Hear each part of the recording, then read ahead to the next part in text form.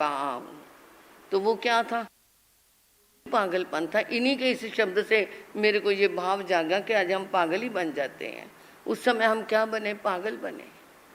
पागल बनी थी चंदन वाला, तेले तप का तेला हो गया। तप नहीं किया उसने, तेला हो गया। मतलब उसने पचखान नहीं लिया था तेले का, परंतु 3 दिन आहार नहीं किया। 3 दिन हो गए, उसने क्या नहीं किया? खाना नहीं खाया। हाथों में हथकड़ियां हैं, पैरों में बेड़ियां हैं, सिर से मुंडी हुई है, शरीर पे नाम मात्र का वस्त्र है, और वो क्या है? प्रभु आ रहे हैं। और पागल हो गई कि मेरे प्रभु आ गए, मेरे प्रभु आ गए। परंतु प्रभु ने देखा वो खुशी में हंस रही है, रो नहीं रही। वापिस लौटे तो वो पागल हो गई। प्रभु मेरा सहारा कौन? आपके सहारे इस जीवन की नैया को मैंने पार करना। और वो रोने लगी। उस समय वो क्या हो गई? पागल हुई। पागल हुई तो प्रभु को वापिस लौटना पड़ा। वापिस आए। उसने उस पागलपन से प्रभु को भी क्या कर लिया? वापिस बुला लिया। पागल हुई शबरी, राम को क्या है? मुंह से चक चक करके बेर, कि कहीं कोई खट्टा बेर मेरे राम के मुंह में ना चला जाए। तो वो क्या है? उसको मुंह से तोड़ तोड़ करके उनको खिला रही है। उसने ये नहीं सोचा ये क्या हो गई हैं, झूठे हो गई हैं। परंतु राम भी उसकी भक्ति में क्या हो गए? इतने मगन हुए कि उन्होंने उन झूठे बेरों की परवाह नहीं की। उन्होंने उसकी भक्ति को, उसके पागलपन को देखा कि ये कितनी मेरी भक्ति में पागल हो रही है। और शबरी को तो जब अभी राम पैदा भी नहीं हुए थे तब से ही क्या है? उनके क्या है? ऋषियों ने कह दिया था कि राम आएंगे। तब से ही वो उनकी भक्ति में पागल थी। अभी जन्म भी नहीं हुआ था, तब से ही वो इंतजार करती थी कि कभी तो राम आएंगे। कितनी भक्ति, कितनी देर इंतजार की। जन्म हुआ, बड़े हुए, शादी हुई, फिर जाकर के क्या है? वो वनवास में आए। वनवास में भी चलते चलते चलते चलते क्या है? वहां पर पहुंचे तो कितने सालों तक उसने उनकी भक्ति की। और वो भक्ति में क्या हो गई? पागल हो गई। तभी तो क्या मिल गए उसे? राम मिल गए। विदुर की पत्नी पागल हुई।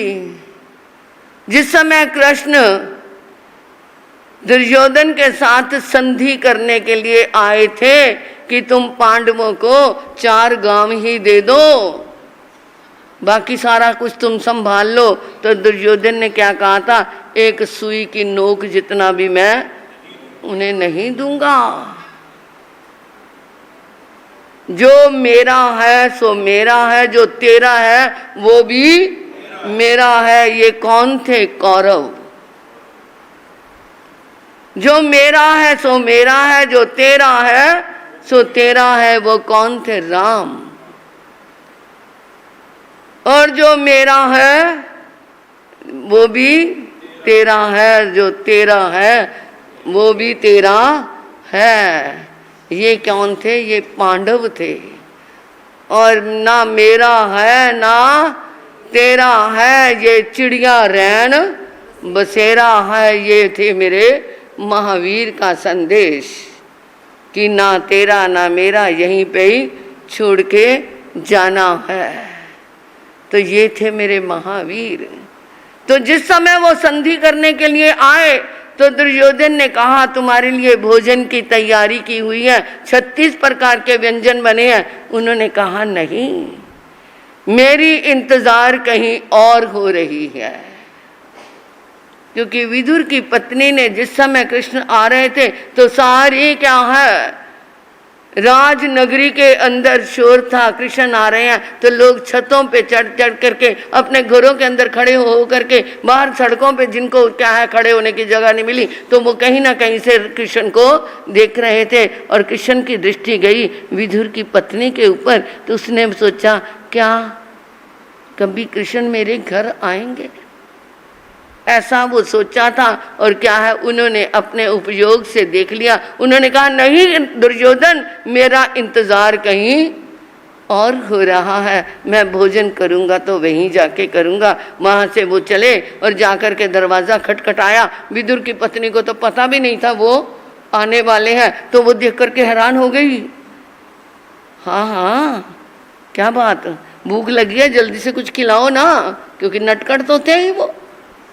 तो विदुर की पत्नी इधर उधर देखती, कुछ नहीं मिला। फटाफट देखे कि क्या है, टोकरी के अंदर केले पड़े हैं। वो केले उठा लाई, केले छीलने लगी और छीलते छीलते जो इतने क्या है मस्त हो गई कि मेरे घर कृष्ण आए, मेरे पास कृष्ण बैठे हैं। वो इतनी मस्त हो गई, इतनी पागल हो गई कि वो क्या है केले छीलती जा रही है और केले के छिलके कृष्ण को दे रही है और जो बीच का फल है वो नीचे गिरा रही है। और कृष्ण भी बड़ी मस्ती से खा रहे हैं। दोनों ही क्या हो गए, दोनों ही क्या हो गए, दोनों ही पागल हो गए। ऐसा पागलपन कभी सामायिक में आया? कभी पागलपन माला करते आया, दान करते आया, माँ बाप की सेवा करते हुए ऐसा पागलपना आया? कभी आया? ऐसा पागलपना नहीं आया। माँ के पागलपना, माँ की सेवा करते, बाप की सेवा करते, अपने भाइयों को संभालते हुए, अपने घर की जिम्मेवारी को संभालते हुए कभी ऐसा पागलपन आ जाता तो मन अशांत ही ना होता। तो वो दोनों ही क्या हो गए हैं, पागल हो गए हैं। इतने में विदुर आए, क्या देख रहे हैं, केलों के छिलके तो वो खा रहे हैं और जो केले की फली है वो नीचे गिरी पड़ी है। उसने कहा भगवान क्या हो रहा है? कृष्ण ने कहा विदुर ये तुमने हमारे बीच की जो तार जुड़ी थी वो तूने क्या कर दी, आके तोड़ दी। जरा तारों से तार मिला कर तो देख, जरा तारों से तार मिला कर तो देख, प्रभु बंधे हुए खींचे हुए चले आएंगे, प्रभु बंधे हुए खींचे हुए चले आएंगे। तुमने हमारी जो बीच में वो भक्ति की तार, उसको खिलाने में मजा आ रहा था और मुझे खाने में जो मजा आ रहा था वो तुमने क्या कर दिया, उस तार को तोड़ दिया। तो ऐसा पागलपन है, ऐसे पागल बनना है।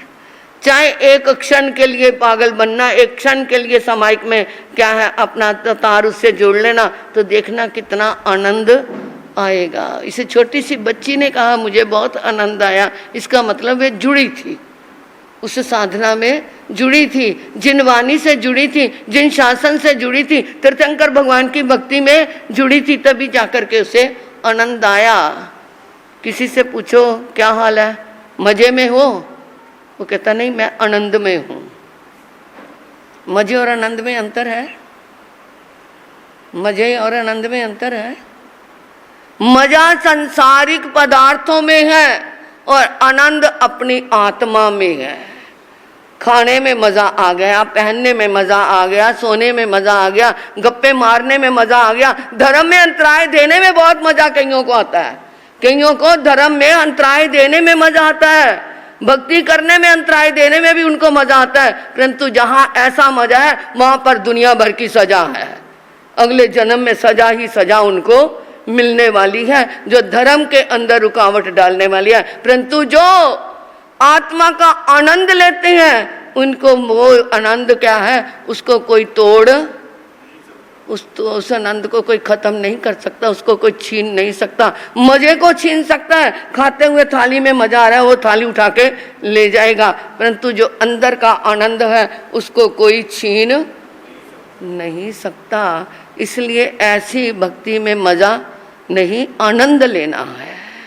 आनंद में आ जाओगे तो जिंदगी में क्या है, आनंद ही आनंद बांटोगे। जिसको मजा लेना है, किसी को गप्पे मारने में ही मजा आ रहा है, वो मजा जहां तक ही रह जाएगा। मजे में संसार है और आनंद में क्या है, आत्मा का उपकार है। इसलिए पागल बनना, और पागल बनने के लिए हम ये तो कह दिया आत्मा कहाँ से आई कहाँ जाएगा पता नहीं, परंतु इसका भी पता लग सकता है हम कहाँ से आए हैं। हमारे शास्त्रों में इसके लिए ये समय हो गया है, क्योंकि बच्चों ने थोड़ा सुनाना भी है मुझे, तो फिर बताएंगे कि 4 संज्ञा हमारे शास्त्रों में दी है, आहार संज्ञा, व्यय संज्ञा, मैथुन संज्ञा और परिग्रह संज्ञा। शास्त्रों में ये 4 बताए कि कौन ज़्यादा आहार करता है, किसमें भय ज़्यादा है, किसमें वासना ज़्यादा है। जो ये 4 संज्ञा है उससे पता चल जाता है जीव नरक से आया है या देवलोक से आया है या त्रियंच योनि से आया है या मनुष्य गति से आया है। ये 4 पैमाने हमारे पास है। आएंगे तो इसको मैं जैसा मौका होगा कल इसकी व्याख्या कर देंगे।